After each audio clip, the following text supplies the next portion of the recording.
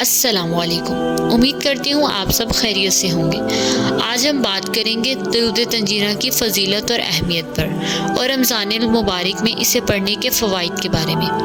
درود تنجینہ سے مراد وہ درود شریف ہے جسے پڑھنے سے ہر مشکل اور مہم سے نجات ہوتی ہے۔ علامہ فاقہانی نے قمر منیر میں ایک بزرگ شیخ موسیٰ کا واقعہ بیان کیا ہے۔ انہوں نے بتایا کہ ہم ایک قافلے کے ساتھ ایک بحری جہاز میں سفر کر رہے تھے کہ جہاز طوفان کی زد میں آ گیا۔ یہ طوفان قہر خداوندی بن کر جہاز کو ہلانے لگا۔ ہم لوگ یقین کر بیٹھے کہ چند لمحوں کے بعد جہاز ڈوب جائے گا اور ہم لقمہ اجل بن جائیں گے، کیونکہ ملاحوں نے یہ سمجھ لیا تھا کہ اتنے تند و تیز طوفان سے کوئی قسمت والا جہاز ہی بچتا ہے۔ شیخ فرماتے ہیں کہ اس عالم افراتفری میں مجھ پر نیند کا غلبہ ہو گیا۔ چند لمحے غنودگی طاری ہوئی اور میں نے دیکھا کہ ماہ بطحا حضرت محمد رسول اللہ صلی اللہ علیہ وآلہ وسلم تشریف لائے اور مجھے حکم دیا کہ تم اور تمہارے ساتھی یہ درود 1000 بار پڑھو۔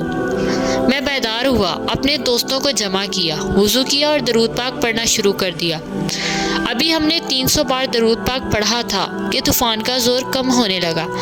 آہستہ آہستہ طوفان رک گیا اور تھوڑے ہی وقت میں آسمان صاف ہو گیا اور سمندر کی سطح پر امن ہو گئی۔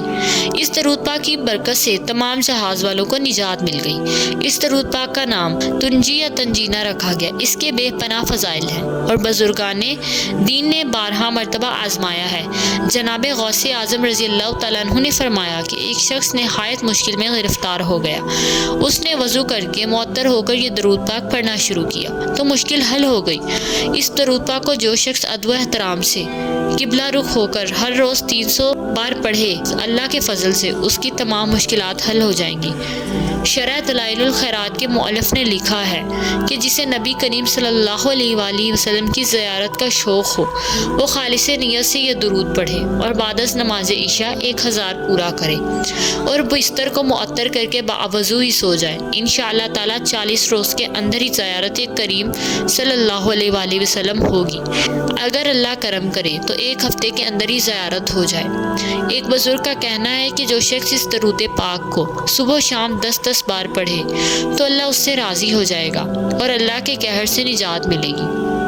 اللہ تعالیٰ اسے برائیوں سے محفوظ رکھے گا، اس کے غم مٹ جائیں گے۔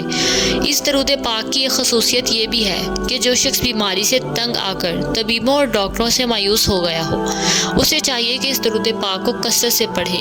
انشاءاللہ بیماری اور تکلیف سے نجات ملے گی۔ بسم اللہ الرحمن الرحیم۔ اللہم صلی علی سیدنا محمد وعلی آل سیدنا محمد صلاۃ تنجینا بہا من جمیع الاحوال والآفات وتقضی لنا بها جميع الحاجات وتطهرنا بها من جميع السیئات وترفعنا بها عندك على الدرجات وتبلغنا بها اقصى الغایات من جميع الخیرات فی الحیاة وبعد الممات انك مجیب الدعوات ورافع الدرجات ویا قاضی الحاجات ویا کافی المہمات ویا دافع البلیات ویا حل المشکلات اغثنی اغثنی اغثنی یا الہ انك علی کل شیء قدیر۔